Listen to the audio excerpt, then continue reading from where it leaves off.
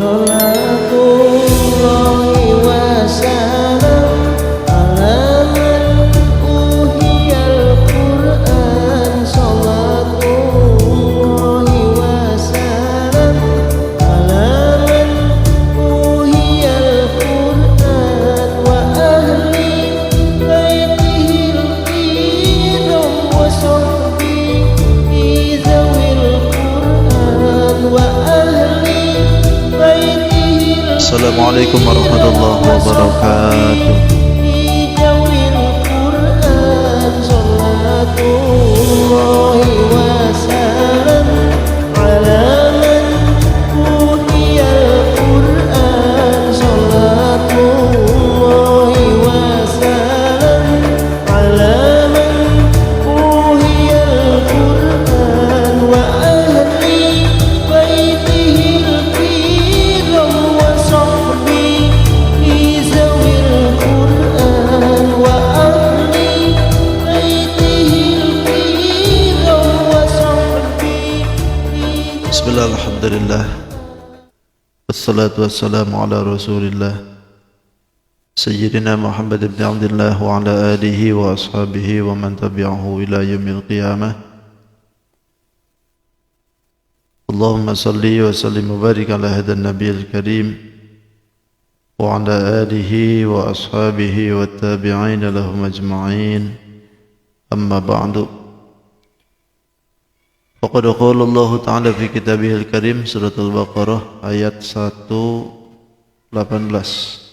A'udzu billahi minasy syaithanir rajim. Bismillahirrahmanirrahim. وقال الذين لا يعلمون لولا يكلمنا الله أو تأتينا آية كذلك قال الذين من قبلهم مثل قولهم تشابهت قلوبهم قد بينا الآيات لقوم يوقنون إنا أرسلناك بالحق بشيرا ونذيرا ولا تسأل عن أصحاب الجحيم ولن ترضى عنك اليهود ولا النصارى حتى تتبع ملتهم قل إن هدى الله هو الهدى ولئن اتبعت أهواءهم بعد الذي جاءك من العلم ما لك من الله من ولي ولا نصير. صدق الله العظيم وصدق رسوله النبي الكريم ونحن على ذلك من الشاهدين والشاكرين والحمد لله رب العالمين. Hadratul mukarramin wal mukarramat, para sepuh, para tokoh yang ulun hormati dan insyaallah Allah muliakan, segenap jamaah Bapak Ibu yang sama-sama hadir, yang mudah-mudahan Allah Subhanahu wa taala memberikan istiqomah kepada kita, memberikan barokah umur kita, memberikan barokah apa yang diberikan oleh Allah kepada kita, dan mudah-mudahan kita berataan husnul khatimah. Alhamdulillah, puji dan syukur kembali kepada Allah Subhanahu wa taala, dan salawat dan salam tidak hentinya semoga dibarwakan kepada baginda alam Sayyidul Wujud, Sayyidul Mustafa wal Murtada, Nabi besar Muhammadin sallallahu alaihi wasallam. Tidak lupa pada keluarganya, sahabat, tabi'in, sampai kepada kita tentunya sebagai umat di akhir zaman, yang mudah-mudahan kita pun khususnya berkumpul di tempat ini nanti di yaumil qiyamah di aku sebagai umatnya. Amin. Amin ya rabbal alamin. Bapak Ibu yang dirahmati Allah, Al-Baqarah 118. Ini akan menjelaskan tentang keingkaran kafirin terhadap kenabian Nabi Muhammad SAW. Masih menjelaskan tentang mereka nih ya.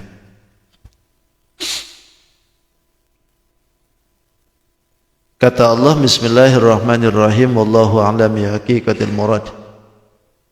Wa qala alladhina la ya'lamun. Wa qala berkata alladhina la ya'lamun, orang-orang yang tidak mengetahui. Laula yukallimunallah, ay hal la yukallimunallah.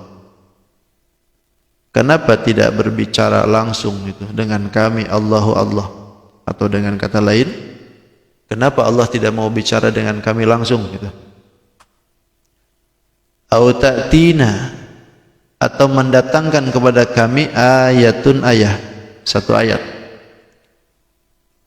Kadzalika, yang demikian itu, qala alladzina min qablihim, dikatakan pula oleh orang-orang sebelumnya, oleh mereka sebelumnya, misla qaulihim, seperti ucapan mereka. Tasyabahat, serupa, qulubuhum, hati mereka. Qad bayyannal ayati, sungguh kami telah menjelaskan ayat-ayat kami, liqaumin, bagi kaum yuqinun, yang yakin. Inna, sesungguhnya kami, kata Allah, arsalnaka, mengutus engkau ya Muhammad, bil haqqi, dengan membawa kebenaran, basyiran, memberikan kabar gembira, wa nadhiran, dan memberikan peringatan, wa la tus'alu, dan engkau tidak akan ditanya, an ashabil jahim, tentang penghuni neraka. Walan tardha, dan tidak akan senang angka saking engkau ya, kayak saking ya, bahasa Jawa. Walan tardha, dan tidak akan senang angka kepada engkau Yahudu, al-Yahudu, Yahudi. Walan nasara, dan tidak akan senang juga Nasara, hatta tattabi'a millatahum, sampai engkau ikut millatahum, agama mereka. Qul, katakanlah, inna hudallah, sesungguhnya hidayah Allah, huwa, hidayah Allah itu al-huda, petunjuk yang sebenarnya. Wala inittaba'ta, dan sungguh jika engkau mengikuti ahwa'ahum, kepada kehendak mereka, keinginan mereka, ba'dal ladzi ja'aka, setelah datang kepada engkau minal ilmi, pengetahuan, malaka, maka tidak ada untuk engkau minallahi, dari Allah, min waliyin, min jaidah, waliyin, pelindung, wala nasir, dan tidak ada yang penolong. Wallahu a'lam bishawab. Kembali ke awal. Sebagaimana dijelaskan ya, ini sababun nuzulnya sebetulnya pertanyaan orang-orang musyrikin dulu ya, orang kafir Makkah. Cuman ada timbul pertanyaan gitu. Di dalam tafsiran itu ada yang menyebutkan waqala, yang dimaksud ini adalah pertanyaan orang kafir Makkah kepada Nabi Muhammad SAW. Sementara surat ini surat Madaniyah. Bagaimana bisa gitu? Ternyata ada Asy-Syaikh Ad-Dardiri itu menjawab bahwasanya bi annahu la mani'a anna kufar Makkah arsalu dzalika su'alu lahu wa huwa bil Madinah. Jawaban itu dijawab oleh beliau, katanya la mani'a, tidak terhalang juga. Andaikan ada kafir Makkah itu mengutus seseorang untuk menanyakan kepada Nabi tentang itu, sementara Nabi di Madinah gitu. Makanya waqal yang lamun ini ditujukan kepada kafir Mekah, karena yang nanya mereka gitu. Jadi ngutus seseorang ke Madinah, nanyakan tentang itu. Waqala alladzina, dan berkatalah alladzina la ya'lamun, orang yang tidak mengetahui. Yang disebutkan la ya'lamun itu al-jahilun, orang yang bodoh, maksudnya tidak mengetahui kan, bodoh. Bahkan alladzina hum kal bahaim au adallu, orang yang tidak mengetahui itu diibaratkan seperti bahaim, kebo sapi. Au adallu, bahkan ada juga yang lebih sesat lagi gitu. La ya'lamun itu seperti itu. Makanya di dalam kategori hidup itu kan manusia itu ada 4, kata Imam Ghazali itu. Ada rajulun ya, ada ar-rijalu, rajulun yadri wa yadri annahu yadri. Ada yang pertama, orang itu orang ngerti dan dia tahu bahwa dirinya itu orang ngerti. Ini orang alim nih. Dia orang ngerti dan dirinya pun tahu bahwa dirinya itu adalah orang ngerti gitu. Nah, ini orang alim disebutnya. Ada yang kedua, orang ini ar-rajulu yadri la yadri annahu yadri. Ada orang ini orang ngerti tapi dia tidak tahu bahwa dirinya itu adalah orang ngerti.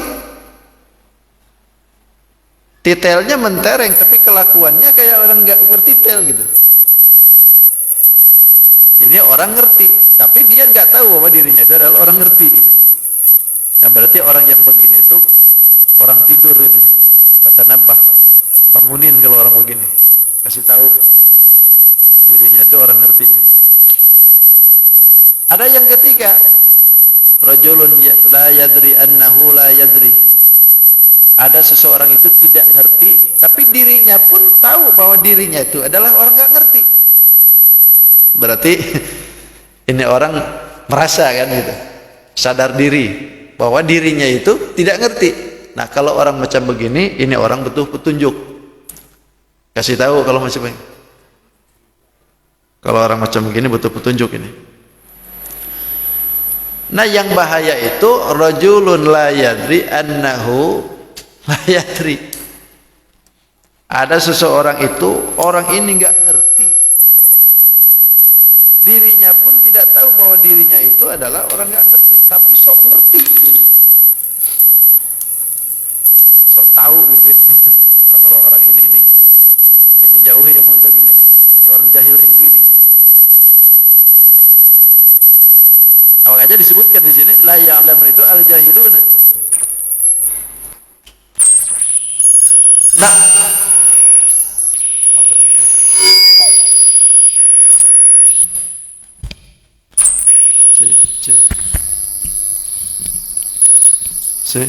Sudah?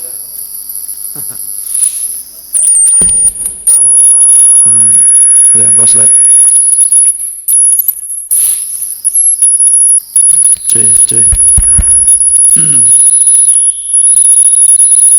Sudah.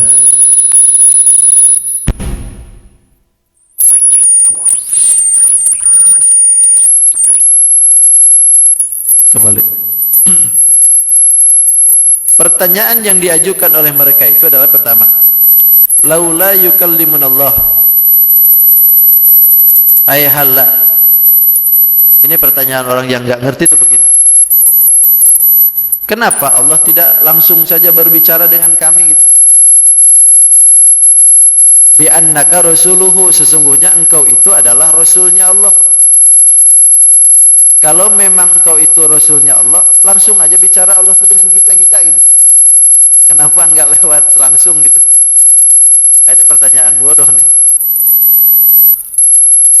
Makanya ini kalimat laula itu isyarah pada tahdiriyah gitu.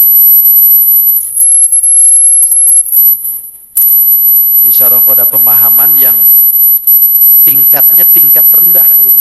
Takdiyah itu.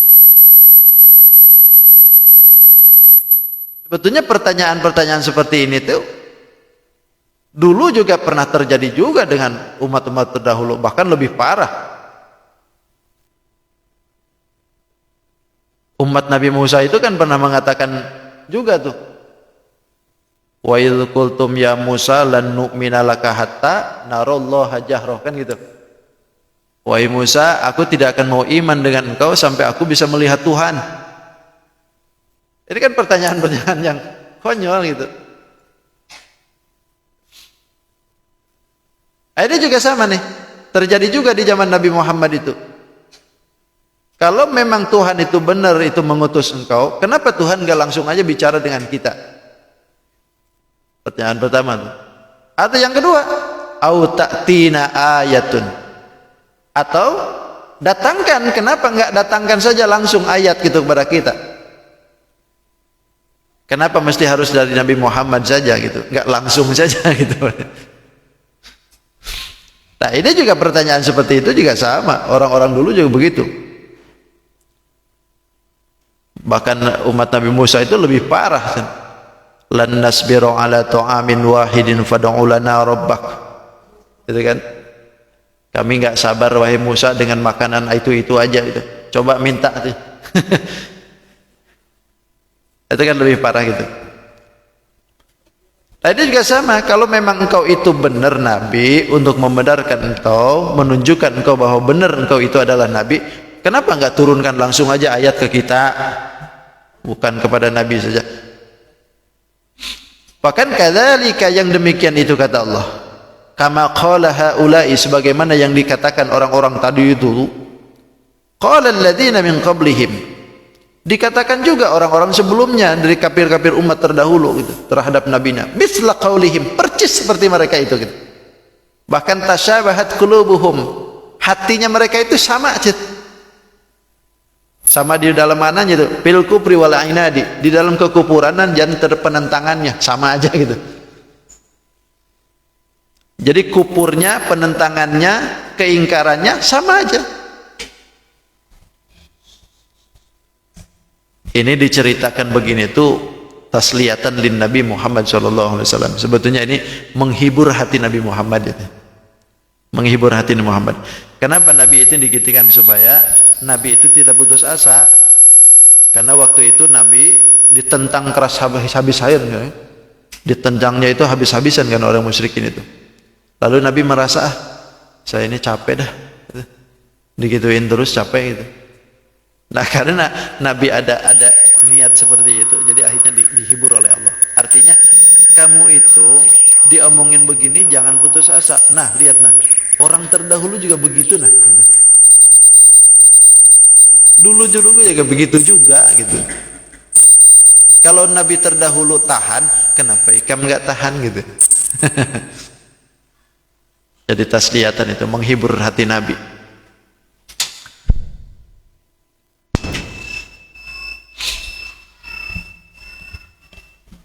Bahkan qad bayyana al-ayati liqaumi yuqinun. Sungguh kata Allah, kami jelaskan ayat-ayat kami itu liqaumi yuqinun, bagi kaum yang yakin, ay ya'lamuna annaha ayatun yu'minun. Mereka mengetahui ini ayat itu adalah ayat-ayat yang diturunkan oleh Allah, lalu dia beriman kepada situ. Yang yakin aja, pokoknya tugasmu itu, kata Allah mungkin lagi seperti itu. Tugasmu itu sampaikan aja. Gak usah gusar dengan kelakuan mereka gitu. Bahkan kata Allah, inna arsalnaka bil haqqi basyiran wa nadhira wa la tus'alu an ashabil jahim. Tugasnya nih, khitab pembicaraan untuk baginda Nabi Muhammad SAW. Kata Allah, inna arsalnaka, sesungguhnya kami arsalnaka, mengutus engkau ya Muhammad, bil haqqi, dengan membawa kebenaran. Bil haqqi pakai ba, bisa ba-nya itu bisa ba mulabasah, bisa ba-nya ba musahabah, atau bisa jadi ba-nya ba sababiyah. Kalau bil haqqi itu basyiran, itu ba-nya adalah mulabasah, berarti melekat gitu, melekat dengan membawa kebenaran. Atau ba-nya sababiyah, berarti dengan sebab membawa kebenaran. Karena ba itu banyak, ada ba huruf qasam, ada ba huruf zaidah, ada ba isti'anah, ada ba ta'wid, ada ba mulabasah, ada ba musahabah, ada ba sababiyah, ada ba ta'lil, ada ba'da bimana mujawazah, ada ba bermakna isti'la, bahkan ada ba bermakna fi. Itu ba itu kalau dalam ilmu balaghah itu banyak, tergantung dari katanya apa yang dituju. Berarti ba yang dimaksudkan itu adalah ba membawa. Bil haqqi kata Allah, kami mengutus engkau itu dengan membawa kebenaran. Pakai kalimat ba itu. Kebenaran yang dimaksud itu adalah hidayah, maksudnya dinul Islam atau Quran gitu. Aku mengutus engkau itu ya Muhammad dengan membawa Islam sekaligus membawa Al-Quran bil haqq itu. Untuk apa tujuannya? Basyiron, pertama memberikan kabar gembira. Bagi siapa? Man ajaba ilaih, bagi orang yang mau menjawab, mengikuti apa yang diserukan itu. Basyiron, ketika kita mau mengakui, ketika kita mau mengikuti, bahkan mentaati apa yang ada di dalam Al-Quranul Karim dan apa yang disebutkan oleh baginda Nabi, basyir, kebahagiaan yang didapat. Basyir itu lebih dari parahun kan. Parahun itu kan gembira, tapi kalau basyirun itu lebih gembira lagi, lebih ajib lagi kegembiraan yang diberikan oleh Allah tuh. Yang kedua, wa nadhira man lam yaji ilaihi. Yang kedua, tugas Nabi itu adalah memberi peringatan bagi orang yang tidak mau menjawab itu. Tugas Nabi itu basyir nadhir, berikan kabar gembira sekaligus berikan peringatan. Pokoknya semua apa yang dikatakan oleh Nabi itu peringatan aja.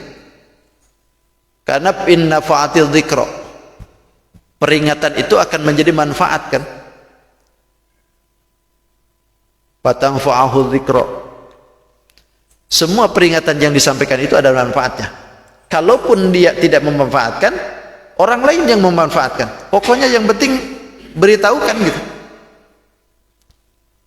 Soal digubris atau tidak itu bukan jadi masalah. Yang penting kasih tahu. Mau diajarin lalu nggak dipakai, ya itu urusan dia. Akan tetapi apa yang disampaikan itu lambat laun pun akan ada yang manfaat. Ada pasti manfaatnya. Lo jangankan yang benar, yang salah aja banyak yang ikut. Likuli sakit lakit gitu. Ada peribahasa, setiap yang jatuh pasti ada yang mungut. Kan gitu. Kebenaran harus disampaikan. Sebagaimana yang salah pun disampaikan juga kan. Ya tugas Nabi itu basyiran wa nadhira, memberikan kabar gembira bagi mereka-mereka dengan surga. Sekaligus wa nadhira, memberikan peringatan bagi orang yang tidak mau menjawab dengan Al-Quran itu, tidak mau mengikuti Al-Quran itu dengan nar. Bahkan Allah berikan kegembiraan kepada Nabi, wala tus'alu an ashabil jahim. Engkau tidak akan ditanya daripada ashabul jahim, golongan orang neraka. Artinya tugas Nabi itu hanya menyampaikan saja, enggak bakalan ditanya kok tentang masalah yang tidak mau menjawab mereka. Karena awal-awalan Nabi itu kadang-kadang gusar. Ketidak mau mereka iman itu Nabi itu berat itu. Terasa baginda Nabi itu dirinya itu sampai-sampai memikirkan segala sesuatu itu sampai stres gitu kalau bahasa gitu tuh. Memikirkan ke umat tuh. Makanya sampai diberikan oleh Allah kan surat Al-Insyirah, alam nashrah laka sadrak wa wada'na anka wizraka alladhi anqadha zahrak wa wada'na, kami hilangkan kata Allah, angka dari engkau ya Muhammad wizraka, beban berat. Beban berat apa yang dimaksudkan itu? Beban berat kerisalahan pangkat kenabian yang harus disampaikan kepada mereka.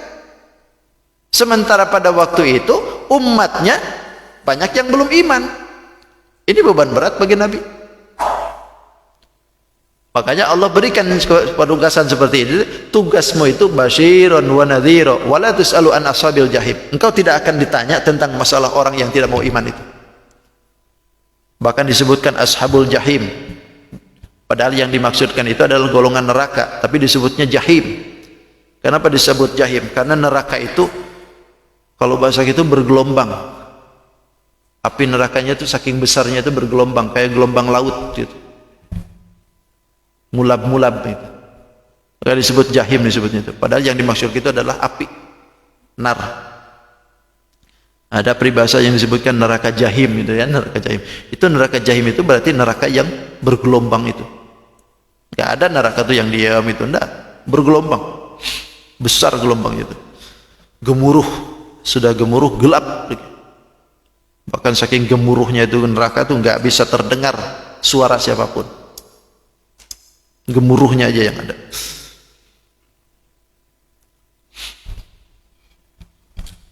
Terus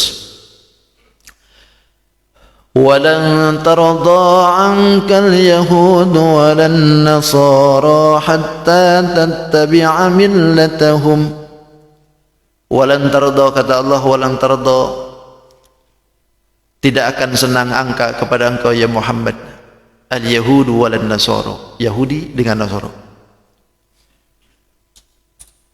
Ini pertanyaan atau ini ayat Allah Subhanahu wa taala sebetulnya timbul dari pertanyaan mereka sebetulnya. Perkataan yang terjadi dari golongan Yahud dengan Nasara dulu itu. Mereka itu mengatakan kepada baginda Nabi, la narda anka hatta tabi'a ma nahnu fih. Kata mereka tuh, aku tidak akan senang dengan engkau ya Muhammad sampai engkau ngikut kami nah.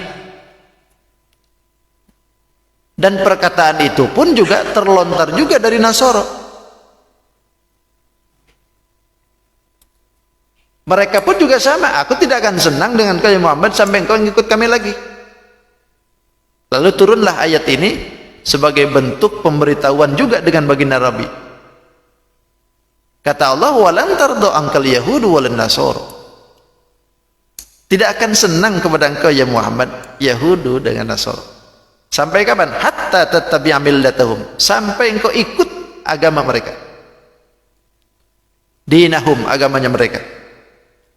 Jadi ini memberitahukan sebetulnya rahasia yang ada di dalam hati mereka. Sampai kapan ini? Sampai kiamat sebetulnya. Makanya jangan heran ya, kalau sampai kiamat itu mereka selalu mengganggu.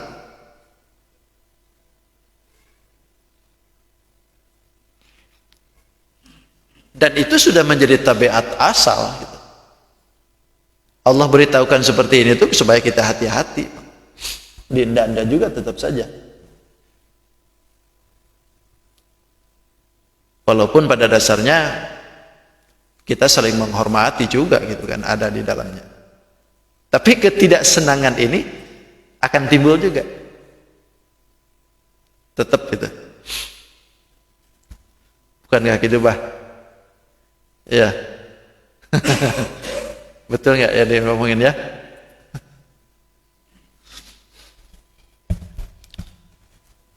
Makanya kan kalau di kita di Islam itu tidak ada yang namanya Islamisasi gitu, ya kan?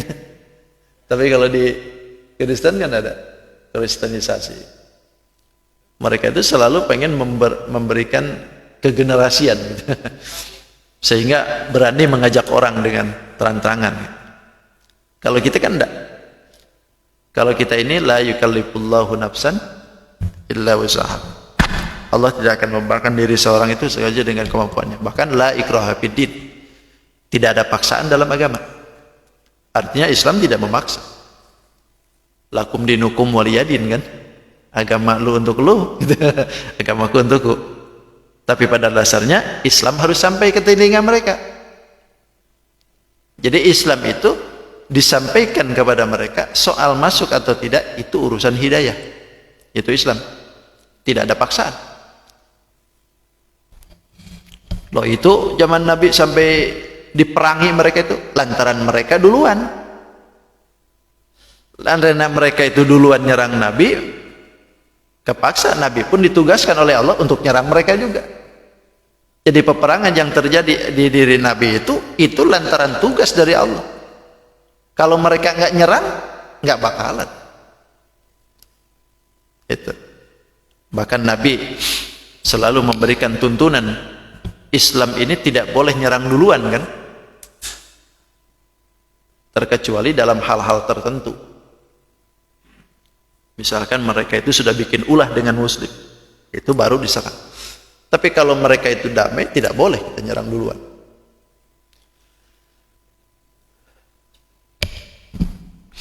Nah makanya ini adalah bentuk kehati-hatian dari Allah untuk kita ya, bahwa golongan dua ini tetap saja Sampai kiamat pun mungkin begitu aja gitu. Ada ketidaksenangan. Makanya berbagai upaya kan. Apalagi Yahudi itu sampai sekarang kan Muslim tuh terus saja digodanya tuh. Diganggunya kan di Palestina itu. Ditembaki kah, ditendang kah, lagi sholat dibubarkan kah. Nggak boleh masuk Aqsa kah. Itu kan sudah gangguan itu. Kenapa mereka berubah seperti itu? Karena tidak senang. Ketidaksenangan mereka dengan Muslim.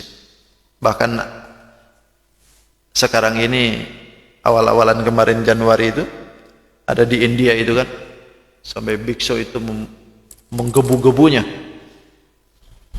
mengorasikan kepada umat Hindunya untuk mensenjatai semuaan membantai Muslim di India itu, menggenosida. Mereka itu memang di situ minoritas gitu Muslim. Tapi ketidaksenangan mereka dengan Muslim itu, waduh, luar biasa. Walaupun pada akhirnya ditangkap juga kan. Jadi memprovokasi umat Hindu supaya angkat senjata untuk membantai Muslim India semua. Mereka menyatakan seperti pengen kayak Myanmar. Coba. Padahal kalau dilihat dari segi masalah, apa masalahnya Muslim? Iya kan? Apakah Muslim itu mengganggu mereka? Tidak. Atau ekonomi mereka kalah? Kan tidak. Dia bukan mayoritas kok. Sama dengan Myanmar gitu kan. Jadi memang kenapa orang itu kok tidak senang dengan? Karena kita iman kepada Allah. Itu aja sebetulnya.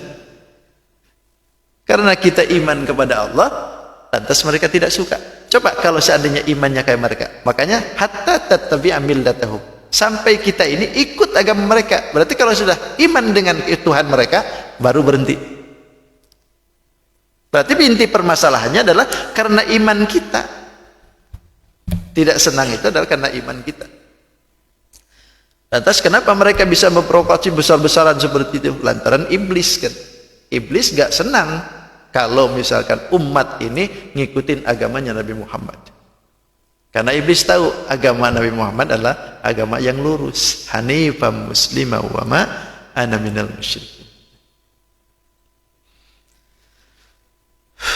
Terus maka kata Allah, qul, katakan ya Muhammad, inna hudallah, sesungguhnya hidayah Allah, maksudnya Islam itu. Hudallah itu adalah petunjuknya Allah, itu Islam. Sesungguhnya Islam itu huwal huda, itulah petunjuk yang benar. Itulah yang petunjuk yang sesungguhnya, kata Allah.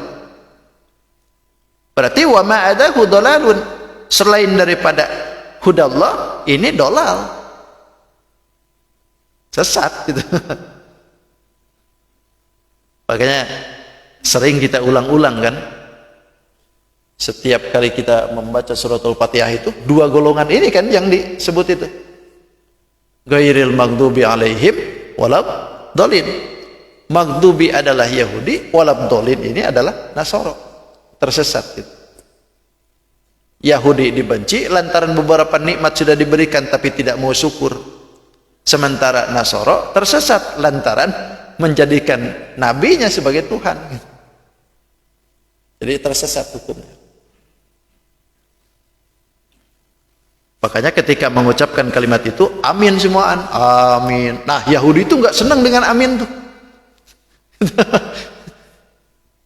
Kalimat yang dibenci oleh Yahudi itu kan 3 itu. Salah satunya adalah amin. Amin itu dibenci betul. Makanya sedemikian rupa sebisa mungkin mereka meredam supaya tidak ada amin di alam dunia. Masjidnya disuruh tutup. Berjamaah suruh renggang. Imamnya jangan nyaring-nyaring. Bila perlu diberlakukan, speaker jangan ada lagi. Supaya apa? Supaya nggak kedengaran lagi amin gitu. Karena kalimat amin itu benci betul mereka itu. Yang kedua, salam. Assalamualaikum itu bentuk penghormatan orang muslim. Itu mereka benci juga itu. Nggak mau juga salam itu. Karena bagian yang diberikan oleh Allah Subhanahu wa taala itu kepada nabi itu diantaranya adalah 3 yang tidak pernah diberikan kepada yang lalu. Salam dengan Amin tadi itu tidak pernah diberikan kepada umat yang dulu. Wala in ittaba'ta ahwa'ahum. Wala in, lamnya lam makhluk qasam berarti. Wala in ittaba'ta, sungguh kata Allah, ittaba'ta ahwa'ahum, jika engkau mengikuti keinginan mereka. Ahwa itu hawa nafsu asal. Yang diinginkan itu adalah keinginan maksudnya. Jika engkau mengikuti keinginan mereka ya Muhammad, ba'dalladzi ja'aka minal ilm, sementara engkau telah datang kepadamu adalah ilmu. Artinya pengetahuan agama sudah ada, wahyu sudah turun dari Allah. Lalu ikut kepada mereka. Malaka minallahi min waliyyin wala nasir. Maka bagimu kata Allah tidak ada lagi penolong dan tidak ada lagi yang nolong. Tidak ada pelindung dan tidak lagi yang nolong. Dan ini sekaligus memberitahukan kepada kita juga bahwa ketika kita ini sudah menerima Islam, jangan sekali-kali kita keluar dari itu. Sebab kalau seandainya kita keluar dari koridor agama yang sudah ada di kita anut ini, lalu keluar, sementara kita ini sudah mendengar ayat Allah bahwa agama ini adalah agama yang lurus, lalu keluar dari situ. Malaka minallahi min waliyyin wala nasir. Kata Allah, enggak ada lagi urusan kau pelindung. Enggak bakalan dilindungi lagi sudah. Enggak bakalan lagi ditolong. Makanya kan, innal ladzina amanu summa kafaru summa amanu summa kafaru summa zdadu kufran lam yakun lillah. Sesungguhnya orang yang beriman kemudian dia kufur, iman lagi, kufur lagi, maka dia tidak ada lagi jalan, sudah tutup sudah dari Allah. Beda halnya kalau beliau dari luar masuk muslim, oh itu bebas sudah, dosanya beres habis tuh, kayak bayi baru dilahirkan kalau beliau tuh.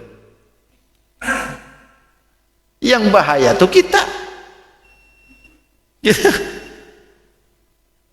kita sudah tahu hukum lalu keluar dari kita. Nah ini makanya Imam Ghazali itu kadang-kadang suka melihat kafir itu, sekalipun mereka itu kafir, kadang-kadang suka ya Allah, mungkin dia itu akan suatu saat akan lebih mulia dari saya.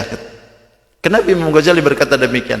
Lantaran Imam Ghazali punya pendapat bahwasanya sekarang beliau itu kafir gitu kan, siapa tahu besok lusa jadi muslim, sementara kita yang muslim nggak tahu besok lusa. Wallahu a'lam bishawab. Tapi naudzubillahi min dzalik. Tapi kan terjadi kan, apalagi di akhir zaman itu Nabi Yesus sudah menyebutkan isyarahnya kan, di akhir zaman itu muslim itu kadang-kadang muslim sore pagi kafir,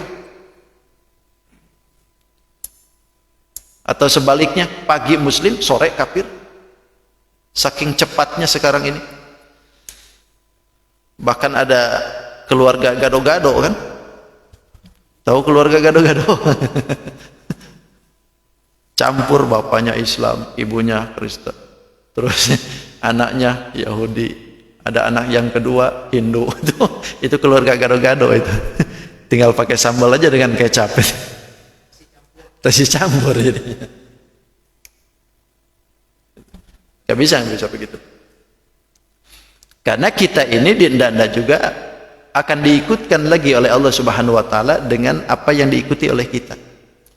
Kita muslim, anak kita muslim, cucu kita muslim. Nanti di akhirat disatuin tuh. Disatuin, dipertemukan kembali. Ketika disatuin dalam satu akidah di dunia, maka di akhirat pun disatukan dalam satu agama. Itu. Makanya di dalam hukum fikih pun ketika beda agama tuh pecat kan. Di dalam hukum fikih itu ketika orang itu muslim dua-duanya, lalu tiba-tiba kafir satu, buyar sudah, pernikahan batal. Bahkan ketika dia muslim lalu keluar dari muslimnya, maka hukum waris stop dari situ, karena hukum waris tidak akan turun kecuali satu agama. Yang menghalangi hukum waris itu kan tiga. Pertama adalah hak keabidan, hamba sahaya tidak bisa menerima warisan. Yang kedua dibunuh, orang pembunuh tidak akan menerima warisan. Yang ketiga beda agama, keluar dari agama walaupun itu anaknya tidak dapat warisan, karena hukum waris putus. Itu. Sementara pengetahuan agama sudah datang. Ba'da ja'akal ladzi minal ilm. Wahyu telah turun, pengetahuan sudah ada, Quran sudah dibaca, lalu keluar dari Islam. Malaka minallahi min waliyyin wala nasir. Kata Allah, enggak ada lagi pelindung, tidak lagi ada yang nolong. Berarti lepas sudah. Gitu. Kalau sudah dilepas oleh Allah Subhanahu wa taala itu berarti tidak ada lagi yang bisa menahan itu dari siksa Allah. Tinggal siap-siap aja gitu. Cukup sudah. Terima kasih ya. Sudah cukup. Terima kasih, mudah-mudahan apa yang disampaikan bermanfaat. Hadanallahu wa iyyakum ajma'in. Khudma sapa wa qadar. Assalamualaikum warahmatullahi wabarakatuh. Allahumma shalli wa sallim ala sayyidina Rasulillah ajma'in. Bismillahirrahmanirrahim. Wassalatu wassalamu ala asyrafil anbiya wal mursalin sayyidina wa maulana Muhammadin al-amin. Allahumma rabbi anfa'na bima 'allamtana. Rabbi 'allimna alladhi yanfa'una, rabbi faqihna wa faqih ahlana wa qurbatil lana fi dinina. Tawassalna bi ta'alimin, tawassalna bi ta'alimin. An tarzuqana al-wasi'ah wa an tarzuqal amanah. Rabbana atina fid dunya hasanah fil akhirati hasanah wa qina adzaban nar. Walhamdulillahi rabbil alamin. Taqabbalallahu minkum. Subhanakallahumma wa bihamdika asyhadu an la ilaha illa anta astaghfiruka wa atubu ilaik.